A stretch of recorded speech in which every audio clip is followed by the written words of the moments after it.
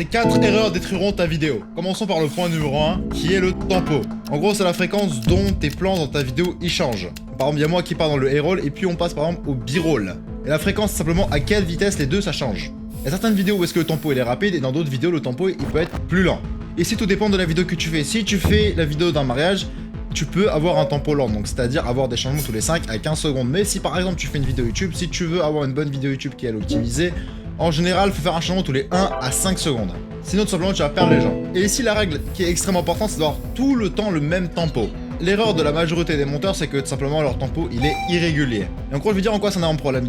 En fait, tout simplement, ton tempo, il descend et au fur et à mesure, parce que simplement, tu fais néant. Et c'est une énorme erreur, parce qu'en fait, simplement, si tu habitues les gens à un certain tempo au début de ta vidéo, si à la fin, ton tempo, il commence à chuter beaucoup trop brusquement, tout simplement, les gens, ils vont dire, ok, là maintenant, il est fainéant, ok, il a pas envie de mettre les efforts, et surtout, les gens, ils vont commencer à se faire chier. Une fois que tu as choisi le tempo de ta vidéo, il faut que tu le gardes tout au long de ta vidéo, sinon, tout simplement, ta vidéo, c'est de la merde. Il nous reste encore 3 erreurs essentielles à voir, donc reste bien jusqu'au bout. L'erreur numéro 2, c'est simplement le sound design qui est complètement explosé. C'est-à-dire que tout simplement ton sound design n'est pas assez bon, voire il est simplement inexistant. L'erreur de la majorité des gens, c'est que tout simplement, en règle générale, leur sound design, il est irrégulier. C'est-à-dire que dans leur vidéo, il y aura différents sound design. C'est-à-dire qu'à certains moments, le tempo il va être super rapide, il va y avoir des sons toutes les 2 à 3 millisecondes, littéralement. Et après, un peu plus tard dans leur vidéo, ils auront aucun son pendant 30 secondes, voire jusqu'à 1 minute. Et ça passe pas. Il faut que tu gardes le même tempo. Mais aussi, et là, la majorité des monteurs, eux, ce qu'ils font, c'est que simplement, ils ont un sound design qui est, lui, beaucoup trop silencieux. Qu'est-ce que ça veut dire? C'est-à-dire qu'ils mettent des musiques ou voire des sons qui sont tout simplement pas assez forts. C'est-à-dire qu'on les entend à peine si on a des écouteurs. Et encore si on a le son de la vidéo qui est à fond. C'est-à-dire que si on baisse un petit peu le son, on l'entend plus. Et ça, c'est une énorme erreur.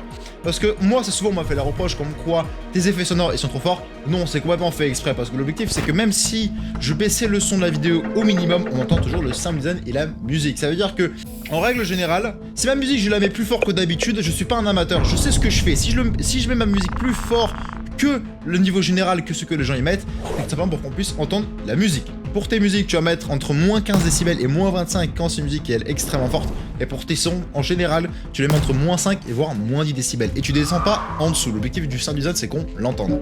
Le gros problème numéro 3, c'est que simplement, le sound design, il est beaucoup trop générique. Soit simplement tes musiques, elles sont déjà utilisées. Tu utilises des mêmes sons que tout le monde. Tu utilises les whoosh, les clics de clavier, les clics de caméra. Et en général, tu utilises que ces sons-là. Simplement, ton sound design, il va être beaucoup trop générique. Le problème, c'est qu'en général aussi, tu vas utiliser les mauvaises musiques pour tes vidéos. Parce que tout simplement, l'objectif d'une vidéo, c'est que les personnes regardent ta vidéo et qu'ils soient englobés par ta vidéo et qu'ils restent dans le flow de ta vidéo.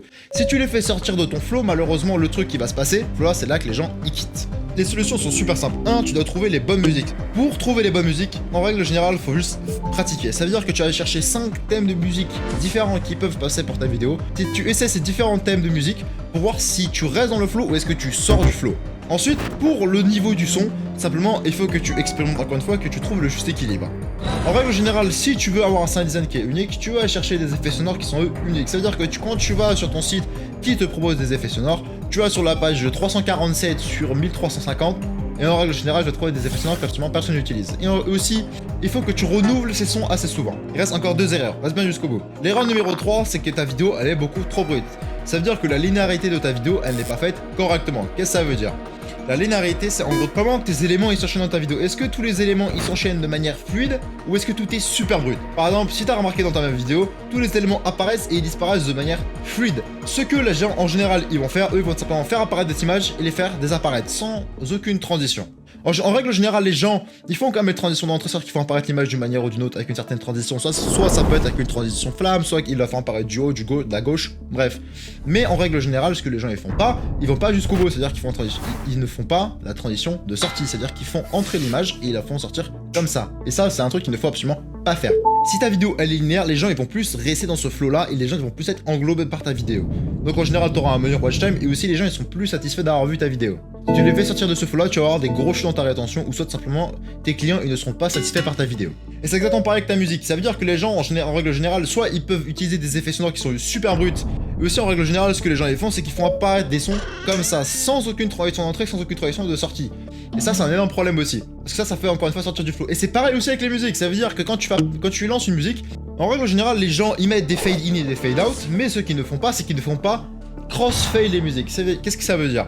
C'est-à-dire que quand une musique arrive vers sa fin, eux, ce qu'ils vont faire, ils vont mettre la fin de la musique ici. Le problème, c'est qu'il n'y a pas de belle transition de musique et tout simplement, les gens, ils peuvent sortir du flow parce qu'ils s'en rendent compte que la musique, c'est fini. Mais toi, ce que tu dois faire crossfade la musique. Qu'est-ce que ça veut dire? C'est-à-dire que dès qu'une musique commence à se terminer, tu mets une longue transition fade pendant 6 à 7 secondes et en même temps, en dessous, tu démarres la deuxième musique. Et comme ça, t'as une transition qui est super subtile, mais qui est magnifique. Et les gens, ils savent, ils s'en rendent compte. Et les gens, en règle générale, ils ne sortent plus du flow. Donc la solution sont super simples. Dès que maintenant t'as un élément, qu'est-ce que tu dois faire? Tu dois tout simplement trouver une transition d'entrée et une transition de sortie. Si tu vas apparaître une image, tu peux la faire glisser. Par exemple, disons que tu fais une animation composée de 5 éléments, simplement tu lui fais tout ça pareil d'une manière ou d'une autre, soit avec une transition flamme, soit simplement avec une transition VR, glitch, peu importe ce que tu veux. Et ensuite, par exemple, moi, le truc que moi je fais, en transition de sortie, ce que je fais partir tous les éléments soit en haut, à gauche, soit à droite. Ou même si tu fais déjà de base, si tu fais un fondu, ce sera déjà mieux que rien. Et l'erreur numéro 4, c'est que tout simplement ta vidéo elle est beaucoup trop répétitive. Ta vidéo elle est chiante pour faire simple. En règle générale, ça veut dire que tout simplement tu utilises tout le temps le même fond ou la même image. Disons que tu as un fond gris, en règle générale tu utilises tout le temps ce fond gris dans toute ta vidéo. Tu n'as pas d'autre fond. Et ça c'est un problème parce que les gens ils se rendent compte et ça les fait aussi sortir du flow. Et ça ruine ta vidéo complètement. Et c'est pareil avec les sound design, c'est-à-dire que tu vas utiliser les 2 ou 3 mêmes effets sonores tout le temps. C'est-à-dire que tu vas en règle générale ces 3 effets là, tu vas avoir les whoosh, les clics de clavier et les clics de caméra. Et tu vas utiliser tout le temps que ces sons là. Et le problème c'est que les gens ils vont s'ennuyer et les gens ils vont s'en rendre compte. Bon, quelles sont les solutions? Pour le thème, en gros pour ton thème graphique, en règle générale, il faut que tu aies plusieurs types de fonds qui sont complètement différents. Et là, ce sera déjà beaucoup mieux. Ta vidéo sera beaucoup moins répétitive. Et c'est pareil avec tes sons. Tu dois trouver des nouveaux sons. Il faut que tu aies entre 5 à 10 types de sons différents à utiliser. J'ai encore plein d'autres vidéos gratuites qui vont, elles, t'enseigner comment devenir un bon monteur vidéo. Ça gratuitement. Si tu veux voir ça, clique sur cette vidéo.